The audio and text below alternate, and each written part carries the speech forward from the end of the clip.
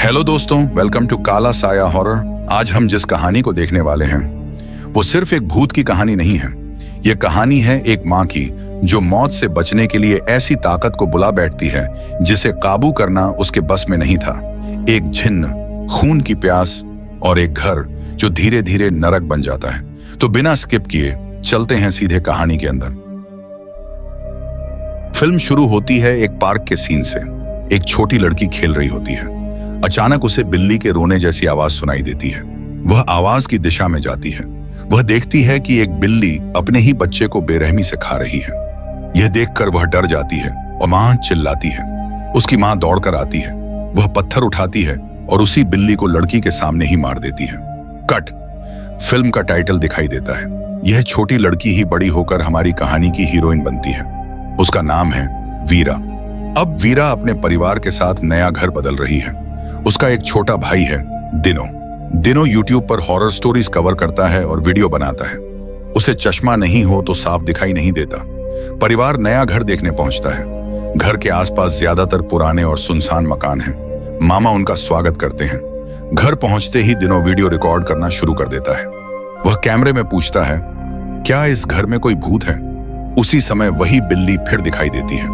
वीरा उसे देखते ही डर जाती है। अब साफ हो जाता है कि वही पार्क वाली लड़की अब बड़ी होकर वीरा है। मामा वीरा से पूछते हैं, तुम्हारी माँ अब कैसी हैं? वीरा बताती है कि माँ बहुत ज्यादा दूध पीने लगी हैं और बिना किसी भावना के मुर्गी को खुद मार देती हैं। मामा इसे सामान्य कहकर टाल देते हैं। माँ नया सैलून खोलने की तैयारी कर रही हैं। वीरा को 2 साल पहले की बात याद आती है। जब पिता घर छोड़कर चले गए थे तब माँ मानसिक रूप से टूट गई थी। उन्होंने अपने बाल खुद काट लिए थे। रात का सीन फिर से चिकन बना है। वीरा परेशान हो जाती है। मां सिर्फ दूध पीती हैं, किसी की बात नहीं सुनती। कट। वीरा और दिनो पास की पुरानी बिल्डिंग में वीडियो बनाने जाते हैं। दिनो डरावना एक्ट करता है। वीरा डर जाती है। दिनो गिरकर घायल हो जाता है। घर लौटकर उसकी पट्टी की जाती है। मां अचानक उसके घाव से खून चूसने लगती है। वीरा यह देखकर स्तब्ध रह जाती है। मां के शरीर में कंपन शुरू हो जाता है। रात में वीरा वीडियो देख रही होती है। नीचे से आवाज आती है। वह नीचे जाती है। उसे ऐसा लगता है जैसे कोई बिल्ली खून चाट रही हो। वह देखती है कि दिनों की पट्टी फटी हुई है। अंधेरे से मां बाहर आती है। कट। अगले दिन मां सैलून के पर्चे लेकर बाजार में खड़ी होती हैं। वो लोगों को पर्चे देती हैं, लेकिन कोई ध्यान नहीं देता। फिर मां खुद वही पर्चे लोगों को देती हैं। इस बार सभी लोग पर्चे ले लेते हैं। वीरा और दिनो ये देखकर हैरान हो जाते हैं। अगले दिन सैलून खुलता है। काफी लोग आने लगते हैं। वीरा को यह सब अजीब लगता है। रात में दुकान बंद होती है। दिनो बताता है कि इलाके के एक व्यक्ति ने कहा है कि यहाँ पहले एक भाई बहन की मौत हुई थी। वीरा चिढ़ जाती है और उसे चुप कराती है। टेबल पर उसे एक सैनिटरी पैड दिखता है। वो चौंक जाती है।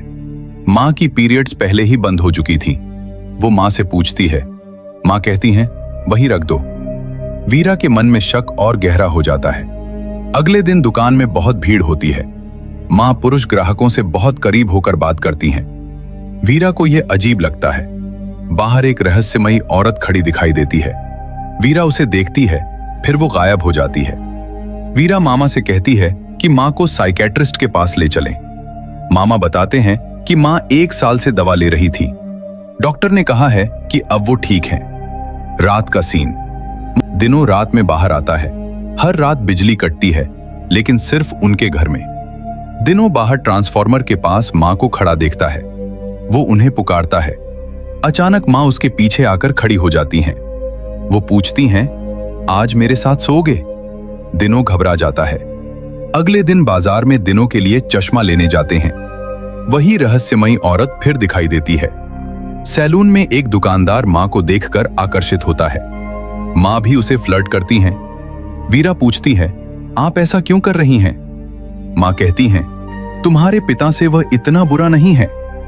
पिता मां को छोड़कर चले गए थे। मां उस दुकानदार के साथ डेट पर जाती हैं। रात में मां लड़खड़ाती हुई घर लौटती हैं। उनके होठों पर खून लगा है। वीरा को शक होता है कि मां कुछ छिपा रही हैं। रात में वीरा नीचे से आवाज सुनती है। वह देखती है मां आईने के सामने खड़ी होकर किसी से बात कर रही हैं। आईने में उनका प्रतिबिंब नहीं बल्कि एक भूतिया आकृति दिखाई देती है।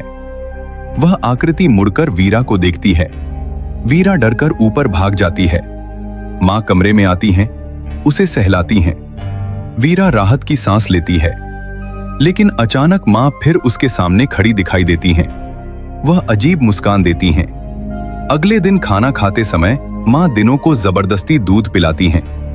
वो कहती हैं, अगर तुम दूध पियोगे तो सब बदल जाएगा। अचानक वह साइलेंस चिल्लाती हैं। दोनों बच्चे डर जाते हैं। अगले दिन वीरा दिनों से कहती है, माँ का व्यवहार सामान्य नहीं है।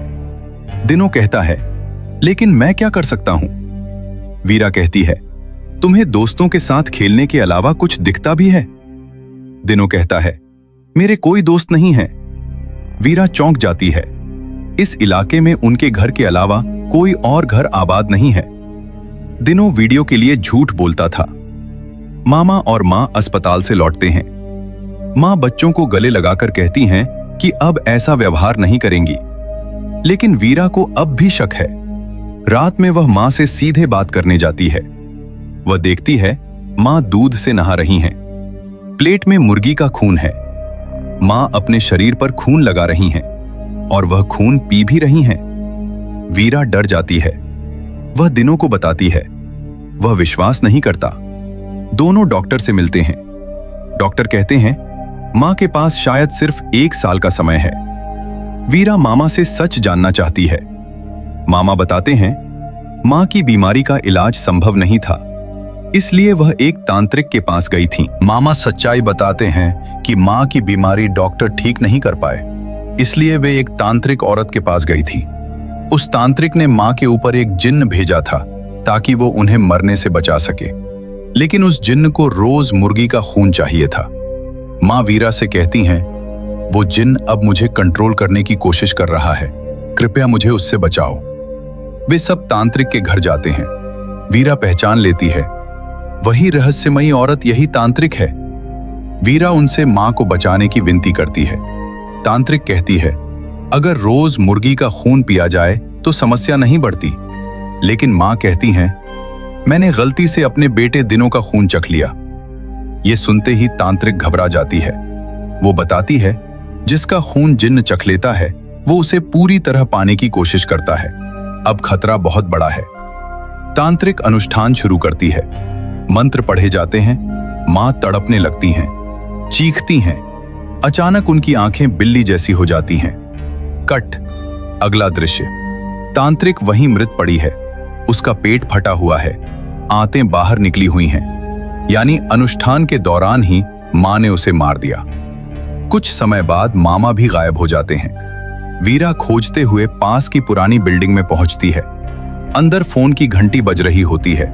वो अंदर जाती है। वहां कई लोगों की लाशें लटकी हुई हैं। वे सब वही ग्राहक हैं जो माँ के सैलून में बाल कटवाने आए थे। टेबल पर मामा की लाश पड़ी होती है। वीरा डर से कांप जाती है। वो घर भागती है।